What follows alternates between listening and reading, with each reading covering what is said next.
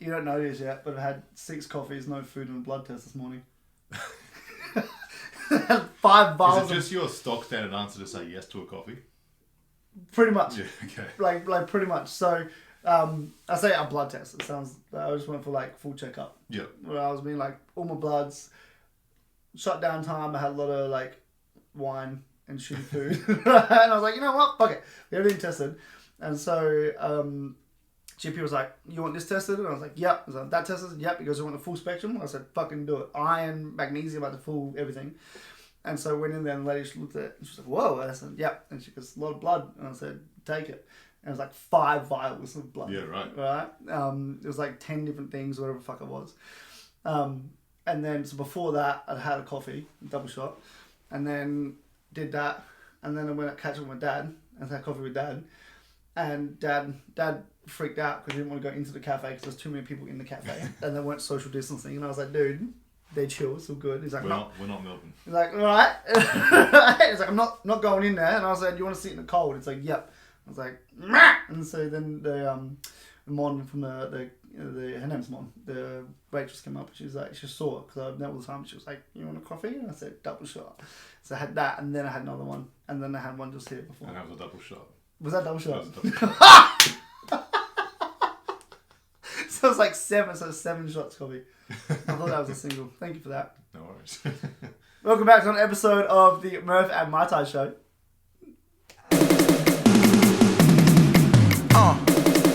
You ready? Let's go. So I do have an idea what we're going to talk about today. I knew you would. I do, and it's only just come since you rocked up. And it's essentially what we're talking about, the kitchen. Yes, go.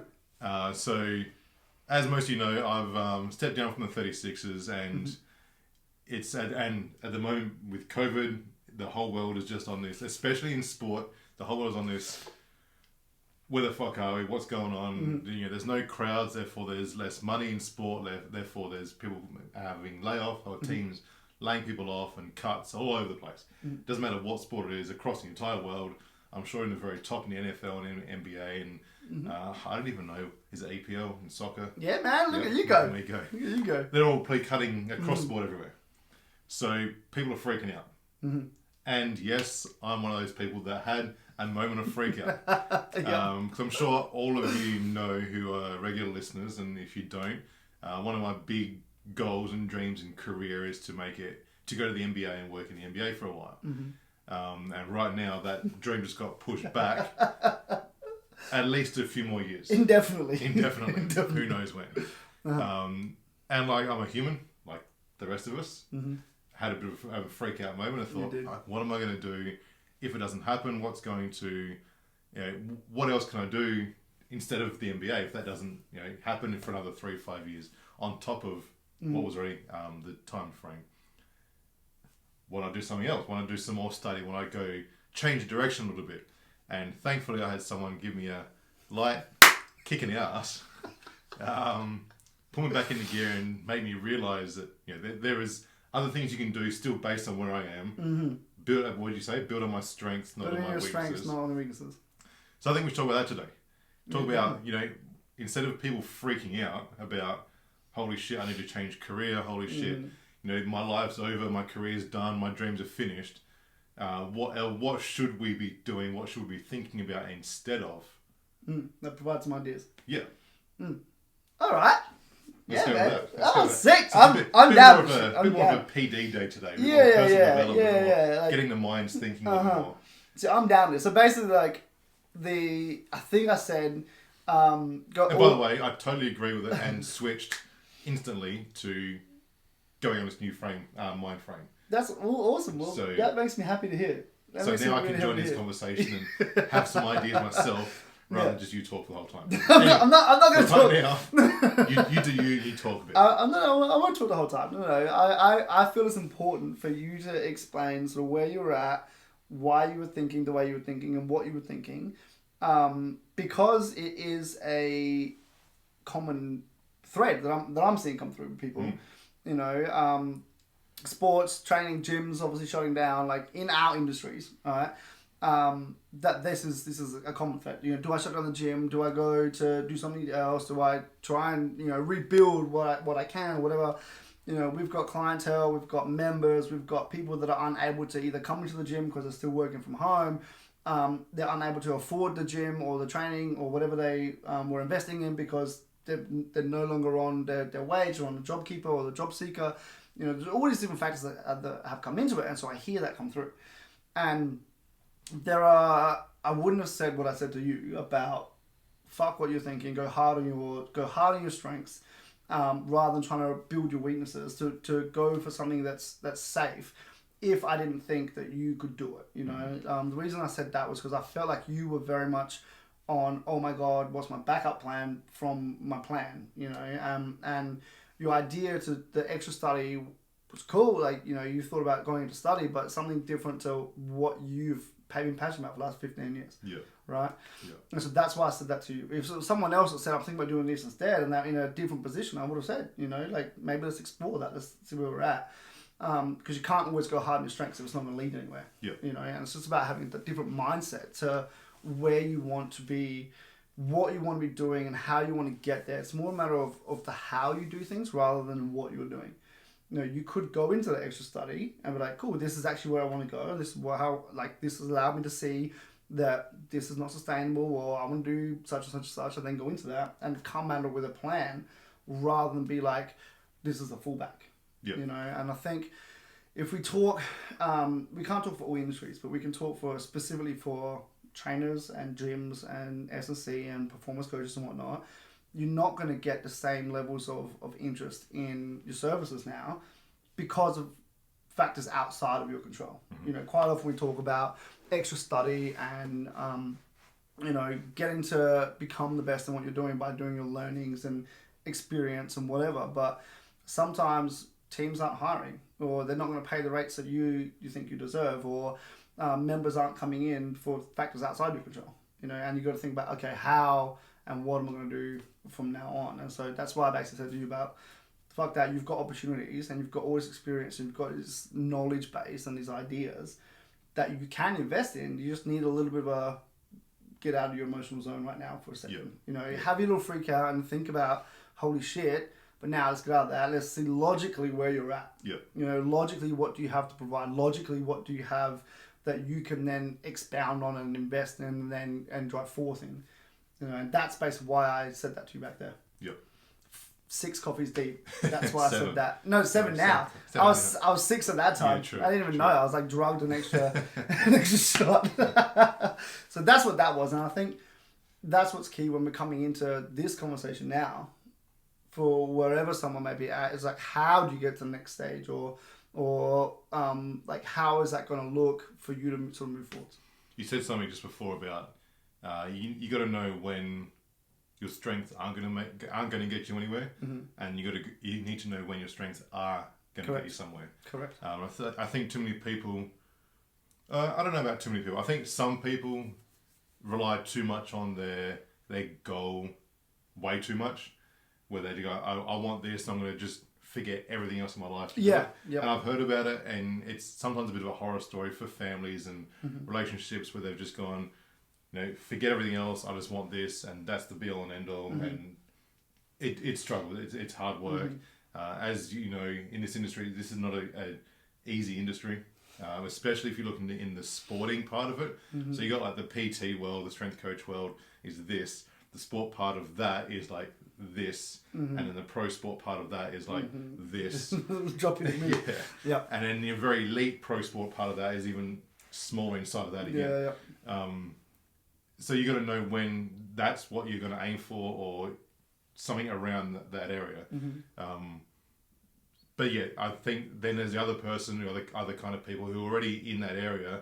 I think, like myself, without tooting my own horn too much, where I think it would be a bad idea for me to change direction completely. So you think it would be a bad idea? Would be a bad idea. Because, I mean, as you said, I wasn't thinking logically. I was going through an emotional point. Emotional Murph. Emotional Murph. It doesn't happen too often. I'm not known for my emotional side, but it shone through that moment where it would be a waste of 15 years. And the study I've gone through back to finish to then just change direction completely. Yep. And I think something we need to put out there today, I think that's what this little episode can be about is, stick with it. If you are... If it's going well for you. If it's going well for you and there is a future there and you strongly believe there's a future there and like a legitimate future there, stick with it, but maybe just, as we've done before, pivot. Yes. Not a full 180. Yes. Or a full 90-degree turn. Just small degree pivot. Little directional change. But keep going towards that goal. It might just take a little bit longer. Unfortunately, COVID's been a bitch to a lot of people. But it's not the end of everything. Safety isn't always the answer. Yeah. And I think that's a big thing, which what I hear a lot about. And, I think we've discussed it before, where people invest in what they feel is going to be safe, and that's fine for a certain percentage of the population, but if you're in an industry which is unconventional, uncommon, which is what we're in, and where you constantly have to build and reinvent and build and reinvent and build and evolve. So maybe not reinvent, but like evolve. Yeah. You aren't in a safe industry to start with. You're in something that is challenging. And so, I was on Twitter, it comes up because I was on Twitter the other day, and I was reading just some stuff from Rob Pacey and Brett Bartholomew was on there, and it was a comment thread about, safety in the industry and, who wants, to get basically, I think the tweet was like, you're never going to get, in the strength coaching industry, you're never going to get a job which pays you well, you have lifestyle balance, and you're happy in it. I think I saw something like that. Yeah, and they were all the guys like in America and England or whatever, like commenting on it, like, yes, I agree, no, I don't agree, here's why, right? And I didn't put anything into it, but I was kind of like, it's not about, you're not going to get given that. You develop that, and so, you're in an industry already where if you want to get paid more, do some private stuff. Yeah. Start your own shit up, You can't be this goal driven that a team is going to pay me everything all at once. Yeah. You know what I mean? And that's going to give me this, and then they're going to be like, okay, you can only work 35 hours a week, but you're going to get paid really well and you're going to be happy with it. You know what I mean? Like, because the scary thing about that is that same team can drop you instantly. Like that. And I've seen it to friends this year due to COVID, where they've just gone, I now don't have a job and I've got no backup business. So luckily, me stepping down from the Sixers isn't detrimental to my life because I've got the business. Yeah. I can still go back to clients. I've picked up clients and I'm back to where I was before. Yep. Whereas if you put all your eggs into the basket of one team, that team drops you, even if it's not their choice, they just had to get rid of someone and you unfortunately that person. Now you got nothing. It's very I feel like that's that's with everything though. You can, when you talk about pivoting before, it's like I'm all in on focus on your strengths, develop them, but still have a diversification within that realm. Yeah. You know what I mean? So you're working for the team, but you still put in the extra hours for your own business. Yeah. And it's like if you have your own business, you can still look at doing something else on the side. Yeah. You don't always have to have that until you get to a point where that's your main thing is the main thing. Yeah. But that's absolutely. You need to have those contingencies, and hopefully now you can start to think about what that may look like. I'm starting to think about, all right, cool. Well, what happens after September when JobKeeper goes, right, or Job Seeker goes? I get confused. Yeah. And all of a sudden, if we've got members or we've got clientele or we've got patients or whatever that now can't afford to come in, what does that look like for our business? Because our bottom line drops out, and then we can't get covered either because no one's getting covered there. Yeah. What does that look like? And it's not something to freak out about. Like for me, it's not something to freak out about. It's something to strongly consider what that movement forward is going to look like. How are we going to then be able to provide something of value that may be a bit lower cost, but people get a lot more out of, or that's something that may fit in with people's lifestyle that they're not going to be stretched to be like, I can't do this. It's that kind of, the opportunities in the world now with tech and with technology, like I say tech, like online tech and technology itself, the opportunities are so great. It's a matter of how you tap into that, because I find that we can get really caught up in like, this is what we do, but now this is what we do, but the opportunities for what we can do are like this. Yeah. And so, or just a matter of, like you said, like a little kind of what can we do here? What can we do here? How can we utilize this to the best help us? Which is what we ended up talking about before. Yep. You know what I mean? What opportunities are out there that we can then go, cool, look into this. This might be an opportunity, and then off you go. I think we have an opportunity. Pardon? There's a few opportunities for us. Oh man, just opportunities like everywhere.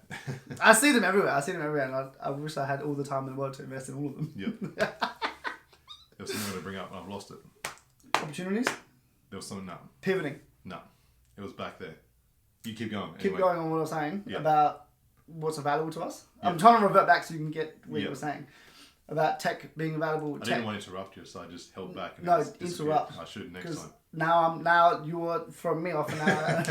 Thinking about basically, yeah. So that's basic thing. Like, in volatile industries and in volatile situations, you need to be adaptable. Yep. But in order to be adaptable, you need to know what the opportunities are. You know what the options are. You know what you can and can't do and where you work best. And so when we were talking about before, what I saw you looking to go into was an investment in something that isn't really going to provide you any benefit from where you're at. Yeah.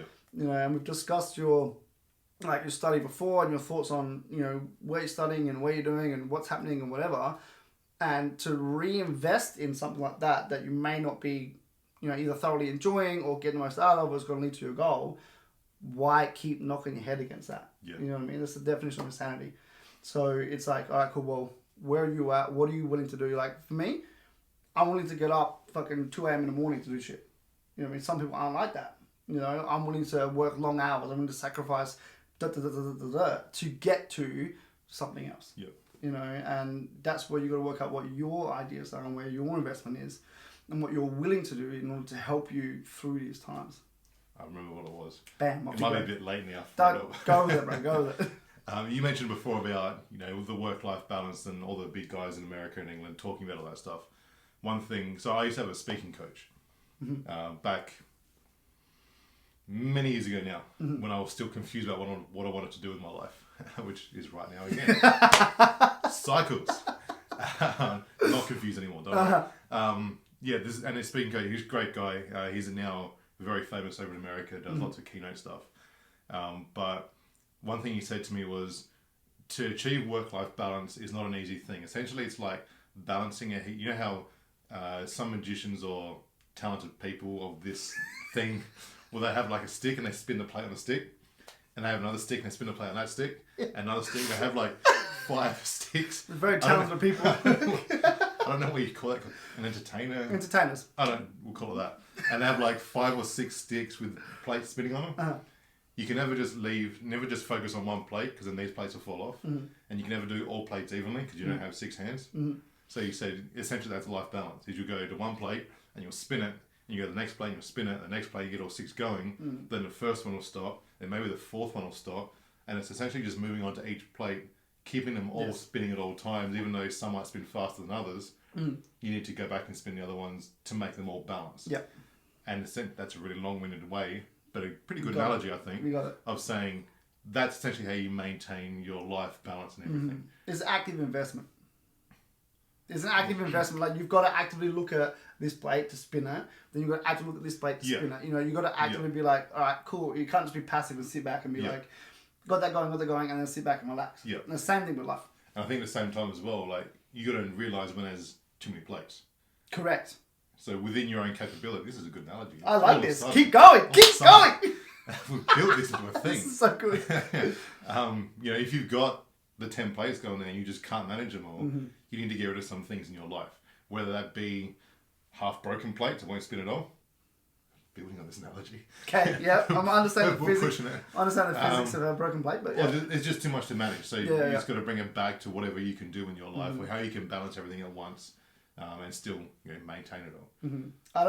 And I think that goes on with the, like, I don't necessarily believe in balance, but it's part of the analogy is that investment, as in, like, you know, all of a sudden, like, you've got to invest. I got to spin this one, and this one's gonna slow down a little bit, but then I got to go back and spin that one. Yeah. So you're not balanced like this way. You're spinning them both. It's like investing.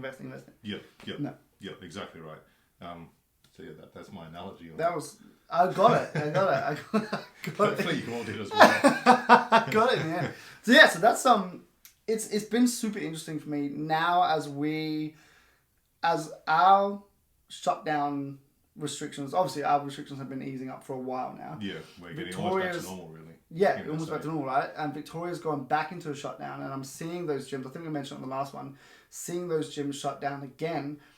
I would be saying to them, like, really think about what this means for you guys. You know, the first one, government helped us out, we had help from assistance from everything else, and the whole country was shut down. Now, it's just you guys, you know, to that extent, right? Obviously, there's still New South Wales and Queensland. But to that extent where maybe you can't get out, you know, you can't go do stuff, and you've had a second shutdown. I'm seeing people posting and seeing people talking about they might not survive a second shutdown because the first one was bad enough, you know, in regards to, I mean, I've talked for myself as well, financially, you didn't make fucking money in that time, you know. Yep. And people still got rents to pay, still got bills to pay, still got that stuff coming through, but you're not getting the same income. So if you've already been hit and then you got hit again, what then happens? How do you then move forward from that? You know, and a lot of time, the way I think about it is that there was also an ego thing there where you're like, okay, I had a gym and it's super successful and I got hit. I'm going to try to build it back and then got hit again. All of a sudden, you don't have a gym now. Are you going to be comfortable going outside and running your one-on-one sessions like you used to 12 years ago? It's very much an identity loss. Correct. And that hurts. You Keep going, yeah. Yeah. Is this better than the plate analogy? I don't know, keep going. I think that's what hurts most people. I think that's what hurt myself as well, is even though I was the one that stepped down from the Sixers, it's now like, fuck, for the last 4 years I've been known as the HPM, the S&C for the 36ers, and now I'm not. What am I? You know, I sort of, in my mind for a moment there, I thought, now I'm back to where I was in the beginning. Mm-hmm. But I'm not. I've now got 4 or 5 years of experience behind my belt, under my belt, wherever it is. No one knows what's behind that. So yeah, I think that big loss of identity is going to hurt a lot of people, especially if they've got to close their businesses down. Especially if they've been something before, like something significant, and now they're not. It's going to hurt people. In a title, you mean? Yes. No. And it's a matter of, are you strong enough to be able to get through it and do something that's still going to be towards what you want to do and who you are? Is there someone around you that can give you that little soft kick in the ass? And I'm lucky that I've got a lot of people around me like that. You're the one I spoke to today, and I knew you'd be able to give me that bit of a kick in the ass. Because I'm emotionless. My mum says, you know what my mum says to me? My mum says to me, you know it's okay to have emotions, right? I'm like, Mum, you know I have emotions, though. Isn't it funny? People think I'm the one with less emotion. 100%. I think I just show less emotion. 100%. I tend to feel more, but I don't show it, and you tend to show more, but not feel it. Yeah, this is sociopathic, right? It's real fucking sociopathic. Anyway, that's interesting. Yeah, right? No wonder we're on a podcast together. Exactly. But yeah, the loss of identity is fucking massive. Yeah. And it takes a lot to be able to understand that, first of all, that this is what I'm going through. Yeah. You know, I've identified as the HPM of the Sixers of an NBL club. That's the part you play, that's the role you play, that's the act you put forward. Even though you're in the role, you still kind of... It's what you know you're known as. Yeah. You know, and that identity loss is massive. But it's also interesting for me to go, what do you identify as? Because if you identified in that time, let's say you go back to your HPM, the Sixers, but you only identified as Murph, right? And Murph's just doing Murph's thing, right? When that happens, you choose to step down, you don't necessarily have an identity loss because you're still just Murph. Yeah. Do you know what I mean? Like it's about that. It's about that. Sometimes you got to check yourself where you're at.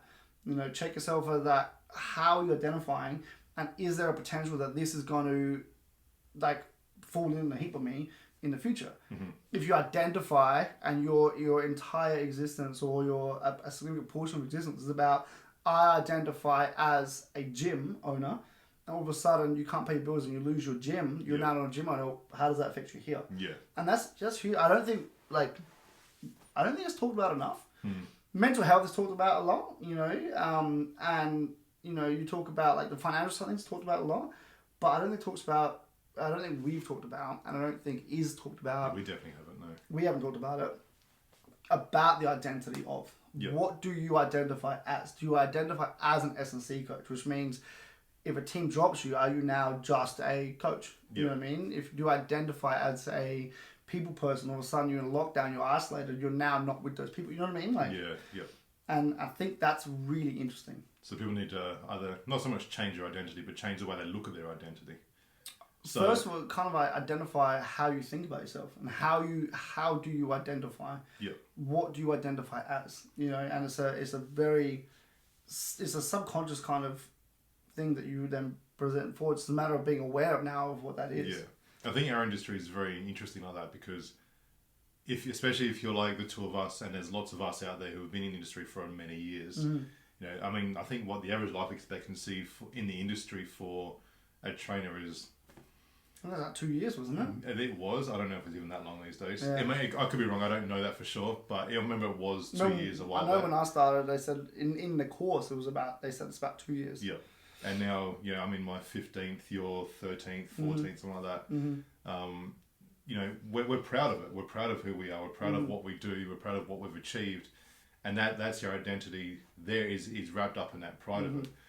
As soon as you lose it, and if you're caught in that identity of, this is exactly what I am, the HPM of the 36ers, or I'm an S&C of some other team, whatever it might be, or a gym owner, like you said, if you're so caught up in that very specific identity, you sort of lose that pride that you've been so proud of for so long. Correct. And now it's gone, and then that's going to be a real bad mental health state.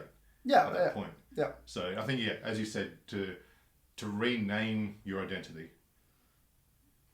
Maybe not you said rename. about it before. What did you say before? How it's you've got to be aware of it. Aware of it. You've got to be aware of what you're identifying as. That's it. Yes. And then the next step is then to be aware of how that may affect, or how that may be affected in the future if something changes. Yes. It's like, if you identify as a family man and all of a sudden your family's taken away from you. Yeah. What you do, like a great Liam Neeson movie, you know what I mean? Like, like that shit. How does it affect you? What do you do? Yeah. And it's across anything. It's not just as a trainer, And I know what I try to identify as, right? So for me, and this is what I think about, I identify as Josh Mitise, right? That's what I identify as. So at the end of the day, if I go no teams, no gym, no training, whatever, that identity and that Mitise identity is still with me. Yeah. And obviously, yes, there'll be failings with that if that, let's say the brand name or the name or whatever that Mitise, whatever that stands for, goes, then there'll be an identity crisis. Okay, but I'm aware of it to start with. Yeah. And we can go deeper into this, but like I'm aware of it, and then how does that branch out into other things? What I've had to, this is really cool because what I've had to try and do in the last maybe 18 months or 2 years is actually go through almost like an identity change, a self-identity change. As in, like, I've kind of gone, all right, cool, I don't want to identify as a gym owner. I want to identify as a business owner. Yeah, okay. Right? Yep. And so from that, then we go physio, then we go, Mitre Southern Fitness, then we go JMSC, like the brand of the business, It's about identifying as a business owner. So therefore, I can then work in towards that. And how does that feed in what I'm doing in a moment? And that was a conscious decision. That was a conscious decision to go, hang on a second, I can't just identify as a gym owner because that identity. And it's restrictive almost, isn't it? Bang. Yeah. Exactly. If I identify only as a gym owner, I try and do something else, it's not going to work. Yeah. Because I'm feeding to that identity subconsciously. So basically, don't let your identity restrict yourself. Yeah. Or think about, same as before, like, what is your, like, if your identity is a gym owner and I go out and open up 10 more gyms, fantastic. Yeah, okay, true. But like, it's almost like, how is your identity and how you think of your identity, how is that feeding into your life goals, ideas, pursuits, mental health, financial situation, whatever it may be. And then becoming aware of what you're identifying as, and then going from there. Yep. It's like the midlife crisis, right? Where are you at? You identify as a single man, all of a sudden you've got kids now, or identify as a single man, all of a sudden you've got a wife. You know what I mean? It doesn't just happen like that. But kids just rock up at the door. Kids just pop up, right? All of a sudden, I'm in a couple, and then there's a kid there. You're like, holy shit, look after it. You know what I mean? Like, it's kind of like being a bit more self-aware. Yeah. Interesting. I like it. You like it? Do you want to keep it here? Do you want to keep going? You have more to say? I always got more to say, but I don't know where I'm going to go with it. I think we're good. I think that's... That was powerful. Dude, That was powerful. It was good. that was super powerful. Was that 20 minutes? I think it was a bit more than that. Fantastic. Well, I hope you guys got something from that. Murph had an emotional breakdown and I came in to smack him up. That's basically what the show was. In a nutshell, that was it. Yeah, alright. So we'll be back soon with another show. Brett. I've got a big fat drum. Big fat drum. I've got a big fat drum. Pounding so bad. I've got a big fat drum. Big fat drum. I've got a big fat. Hey!